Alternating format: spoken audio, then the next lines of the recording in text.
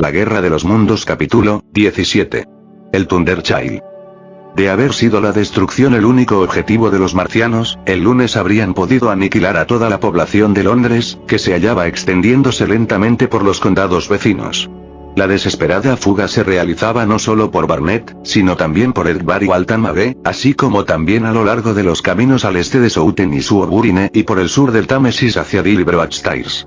Si aquella mañana de junio hubiera podido uno ascender sobre Londres en un globo, todos los caminos del norte y el este que salían del dédalo de calles le hubieran parecido salpicados de negro con los fugitivos, y cada puntito habría sido un ser humano dominado por el terror y la incomodidad física. En el capítulo anterior he relatado en detalle la descripción que me hizo mi hermano, a fin de que el lector pueda darse cuenta de las reacciones experimentadas por uno de los fugitivos. Jamás en la historia del mundo se ha trasladado y sufrido tanto una masa humana tan extraordinariamente grande. Las legendarias huestes de los godos y los hunos, los ejércitos más numerosos que vio Asia en toda su historia, habrían sido apenas una gota en aquel torrente. Y no era esta una marcha disciplinada, sino una estampida gigantesca y terrible, sin orden y sin rumbo. 6 millones de personas, desarmadas y sin provisiones, avanzando sin pausa. Aquello fue el comienzo del derrumbe de la civilización, de la hecatombe de la humanidad. Allí abajo el ocupante del globo habría visto el trazado de las calles en toda su extensión, las casas, iglesias, plazas, jardines todo abandonado, que se extendían como un enorme mapa, y hacia el sur completamente borrado el dibujo. Sobre Ealing, Richmond, Wimbledon, le hubiera parecido que una pluma monstruosa había arrojado tinta sobre el mapa.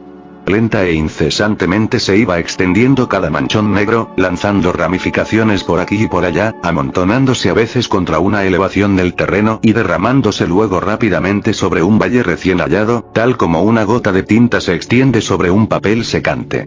Y más allá, del otro lado de las colinas azules que se elevan al sur del río, los relucientes marcianos marchaban de un lado a otro, derramando calmosa y metódicamente su nube ponzoñosa sobre la región y disipándola luego con chorros de vapor cuando había servido a sus fines.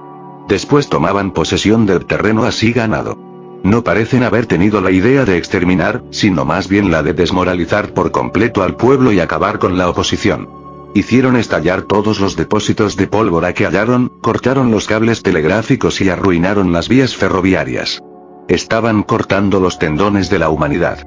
Parecían no tener apuro en extender el campo de sus operaciones, y aquel día no pasaron de la parte central de Londres. Es posible que un número considerable de gente se haya quedado en sus casas durante el lunes por la mañana. Es seguro que muchos murieron en sus hogares, sofocados por el humo negro. Hasta el mediodía el charco de Londres presentó un aspecto asombroso. Vapores y embarcaciones de toda clase se hallaban allí anclados, y se dice que muchos que nadaron hasta esas embarcaciones fueron rechazados a viva fuerza y se ahogaron.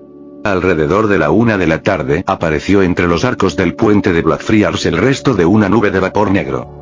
Al ocurrir esto, el charco se convirtió en la escena de confusión enloquecedora, de luchas y choques, y por un tiempo las barcas y lanchas se apretujaron en el arco norte del puente de la torre y los marineros tuvieron que luchar salvajemente contra las personas que se les echaron encima desde el muelle.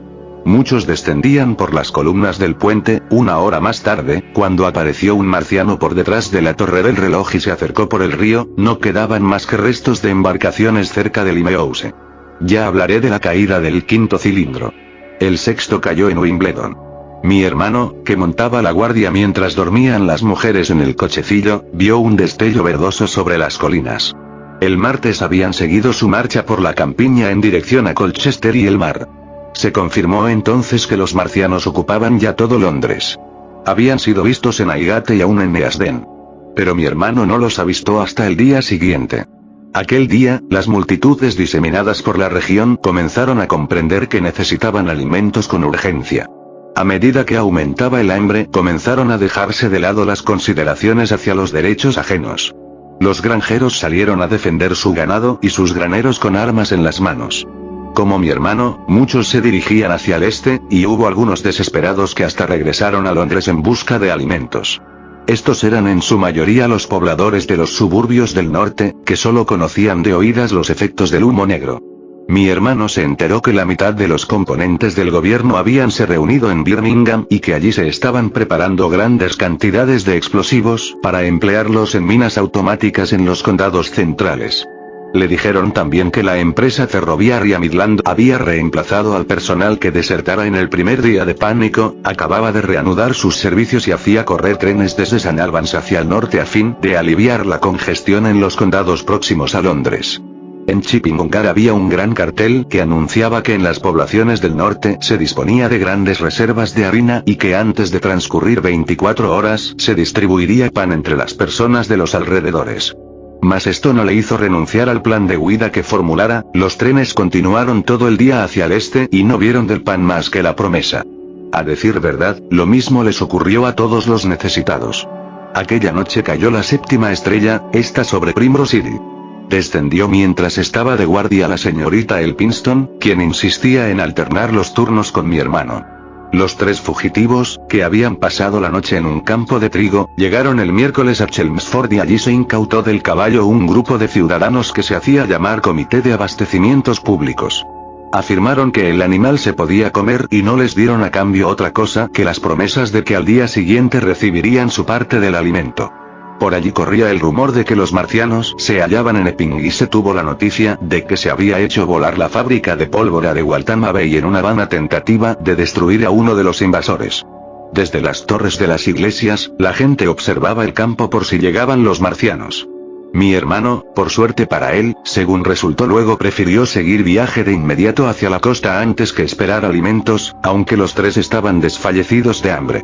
Al mediodía pasaron por Tillingham, aldea en la que reinaba el silencio y que parecía desierta, excepción hecha de algunos furtivos saqueadores que andaban a la caza de alimentos. Cerca de Tillingham avistaron de pronto el mar y vieron la multitud más extraordinaria de embarcaciones que sea posible imaginar. Después que los marineros no pudieron seguir subiendo por el Támesis, se dirigieron a la costa de Essex, a Harwich y Walton. Las embarcaciones formaban una línea curva, que se perdía a lo lejos en dirección a Nace. Cerca de la costa había una multitud de barcas pesqueras inglesas, escocesas, francesas, holandesas y suecas, lanchas de vapor del Támesis, yates, botes eléctricos, y más allá se veían barcos de mayor tonelaje, una multitud de carboneros, fletadores, barcos de ganado, de pasajeros, tanques de petróleo, un viejo transporte de tropas y los de servicio de Southampton y Hamburgo, y a lo largo de la Costa Azul, al otro lado de Blackwater, mi hermano pudo distinguir vagamente un enjambre de botes, cuyos tripulantes regateaban con la gente de la playa. A unas 2 millas mar afuera se hallaba un barco de guerra de líneas muy bajas. Era el destructor Thundershield. Este era el único barco de guerra que había a la vista. Pero muy lejos, hacia la derecha, divisábase una nube de humo negro, que indicaba la presencia de los otros barcos de la flota del canal, que formaban una hilera muy extendida y estaban listos para entrar en acción. Se hallaban de guardia al otro lado del estuario del Támesis y allí estuvieron, durante el curso de la conquista marciana, vigilantes, pero incapaces de evitar la derrota. Al ver el mar, la señora Elphinston fue presa del terror. Jamás había salido de Inglaterra. Hubiera preferido morir antes que encontrarse sin amigos en una tierra extraña. La pobre mujer parecía imaginar que los franceses y marcianos debían ser muy similares. Durante los 2 días de viaje habíase tornado cada vez más histérica y deprimida. Su idea predominante era la de volver a Stanmore. Allí siempre había estado a salvo. Allí encontrarían a George. Con gran dificultad consiguieron llevarla hasta la playa, donde poco después logró mi hermano llamar la atención de algunos que estaban a bordo de un vapor de ruedas procedente del Támesis. Les mandaron un bote y les cobraron 36 libras por los 3. El barco iba rumbo a Ostende, según les dijeron. Eran más o menos las 2 cuando, después de pagar el pasaje a la entrada, mi hermano se encontró a bordo del barco con sus 2 compañeras. A bordo había alimentos, aunque a precios exorbitantes, y los 3 comieron sentados en uno de los bancos de proa. Había ya unos 40 pasajeros, algunos de los cuales gastaron hasta el último penique para pagar el pasaje. Pero el capitán se detuvo en Blackwater hasta las 5 de la tarde, cargando más gente hasta que la cubierta estuvo completamente atestada. Probablemente se habría quedado más tiempo, de no haber sido por los cañonazos que comenzaron a resonar a esa hora en el sur. Como en respuesta a las detonaciones, el barco de guerra disparó un cañón pequeño e hizo una serie de banderines. De sus chimeneas salió una espesa nube de humo negro. Algunos de los pasajeros opinaban que los disparos provenían de sueburines, hasta que se notó que las detonaciones resonaban cada vez más cerca. Al mismo tiempo, en dirección al sudeste, aparecieron en el mar los mástiles y puentes de 3 acorazados que se aproximaban a toda marcha. Pero la atención de mi hermano se desvió hacia el sur y le pareció ver una columna de humo que se elevaba en la lejanía. El vapor de ruedas avanzaba ya hacia el este de la larga hilera de embarcaciones y la costa baja de Essex se dibujaba en la distancia cuando apareció un marciano muy a lo lejos, avanzando por la barrosa orilla desde la dirección de Foulnes. Al ver esto el capitán comenzó a maldecir enfurecido por haberse demorado tanto y las ruedas parecieron contagiarse de su temor. Todos los pasajeros se pararon sobre las amuras o los bancos para mirar a aquel gigante, más alto que los árboles o las torres de tierra, y que avanzaba con paso semejante al de los seres humanos. Era el primer marciano que veía a mi hermano y se quedó más asombrado que temeroso observando al titán, que avanzaba deliberadamente hacia las embarcaciones, introduciéndose cada vez más en el agua a medida que se alejaba de la costa. Luego, mucho más allá del Crouch, apareció otro, que pasaba sobre los árboles, y después otro, más lejano aún, avanzando por un reluciente llano barroso que parecía cernirse a mitad de camino entre el mar y el cielo. Todos iban hacia el mar, como si quisieran impedir la huida de las numerosas embarcaciones que se hallaban entre Foulnes y el Nace. A pesar de que la maquinaria del barco funcionaba a todo vapor, y de la espuma que levantaban las ruedas a su paso, no logró alejarse con suficiente velocidad. Al mirar hacia el sudoeste, mi hermano vio que las otras embarcaciones emprendían ya la huida. Un barco pasaba a otro. Una lancha se cruzó delante de un remolcador. Salía humo de todas las chimeneas y se oía el zumbar de las sirenas. Le fascinó tanto esto y el peligro que se aproximaba por la izquierda, que no se fijó en lo que ocurría mar adentro. Y entonces le arrojó del banco en que estaba sentado una súbita maniobra del vapor, que se desviaba del paso de otra embarcación para no ser hundido. A su alrededor se oyeron gritos, ruido de pasos y un burra que pareció ser contestado desde lejos. Se inclinó el vapor y le hizo rodar por la cubierta. Al fin se puso de pie y vio a estribor, a menos de 100 metros de distancia, una enorme mole de acero con la forma de la hoja de un arado que cortaba el agua y la arrojaba hacia ambos lados en olas enormes que agitaron al vapor, inclinándolo de tal modo que sus ruedas quedaron por momentos en el aire. Una lluvia de espuma le cegó por unos segundos. Cuando volvió a aclarársele la vista vio que el monstruo había pasado y avanzaba velozmente hacia la costa. De la larga estructura se alzaban grandes puentes y en lo alto veíanse dos chimeneas que lanzaban al aire grandes columnas de humo negro salpicado de rojo. Era el destructor Thunderchild, que iba a defender a las embarcaciones en peligro. Mi hermano logró mantener el equilibrio tomándose de la amura y miró de nuevo hacia los marcianos, viendo que los tres se hallaban ahora muy cerca uno del otro y que habían avanzado tanto mar adentro que sus trípodes estaban sumergidos casi por entero. Así hundidos y vistos tan de lejos no parecían más formidables que la enorme mole de acero del destructor. Al parecer, los marcianos observaban a su nuevo antagonista con cierto asombro. Es posible que lo consideraran como uno de ellos. El Thunderchild no disparó sus cañones, sino que siguió avanzando a todo vapor en dirección a los monstruos. Probablemente fue este detalle el que le permitió acercarse tanto al enemigo. Los marcianos no sabían qué era. Un solo disparo y lo habrían hundido de inmediato con su rayo calórico. El destructor avanzaba a tal velocidad, que en un minuto pareció hallarse a mitad de camino entre el vapor de ruedas y los marcianos. De pronto, el marciano que se encontraba más adelante bajó su tubo y descargó un recipiente del gas negro contra el barco de guerra. El proyectil golpeó contra el costado del casco y derramó un chorro de la negra sustancia, que se desvió hacia estribor, levantándose luego en una nube de la que escapó el destructor. Para los que miraban desde el vapor de ruedas, a tan poca altura sobre el agua y con el sol en los ojos, pareció que se hallaban ya entre los marcianos. Vio que los monstruos se separaban y se levantaban sobre el agua al retroceder hacia la tierra, y uno de ellos levantó el generador del rayo calórico. Apuntó con él hacia abajo y una nube de vapor levantóse del agua al tocarla el rayo. Seguramente atravesó el casco del destructor como un hierro candente atraviesa un papel. Una llamarada súbita apareció por entre el vapor, que se elevaba, y el marciano se tambaleó entonces.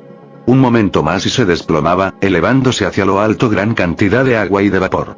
Resonaron los cañones del Thunderchild, disparando uno tras otro, y una bala golpeó en el agua muy cerca del vapor de ruedas, rebotando sobre otros barcos que huían hacia el norte y haciendo añicos una lancha. Pero nadie se fijó mucho en eso.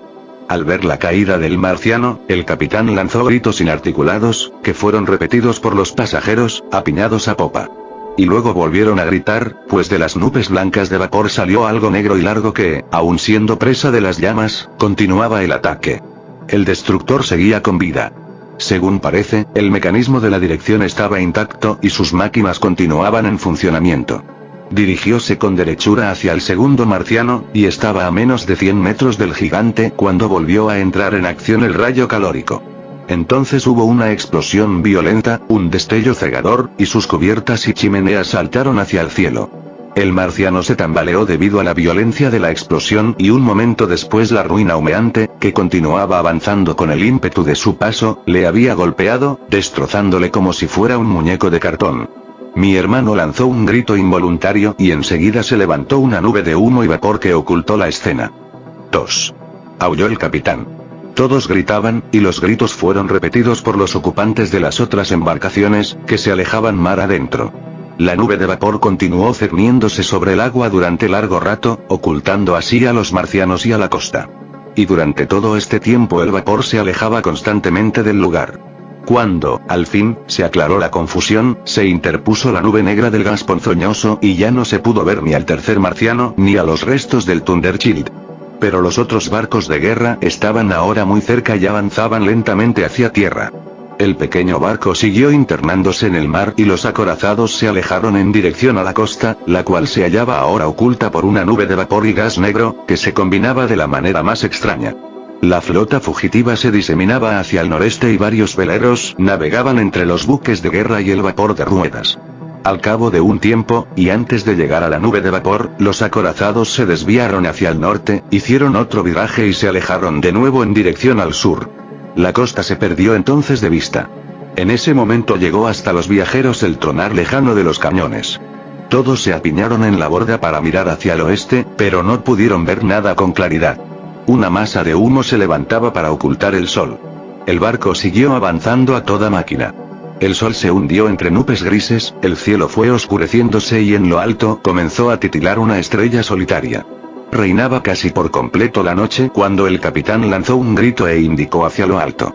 Mi hermano forzó la vista. De aquella masa gris oscura se alzó algo hacia lo alto y avanzó de manera oblicua y con gran rapidez por entre las nubes de occidente. Era algo chato y muy grande que describía una vasta curva, tornóse cada vez más pequeño, se hundió con lentitud y volvió a perderse en el misterio de la noche. Y al volar dejó caer una lluvia de tinieblas sobre la tierra.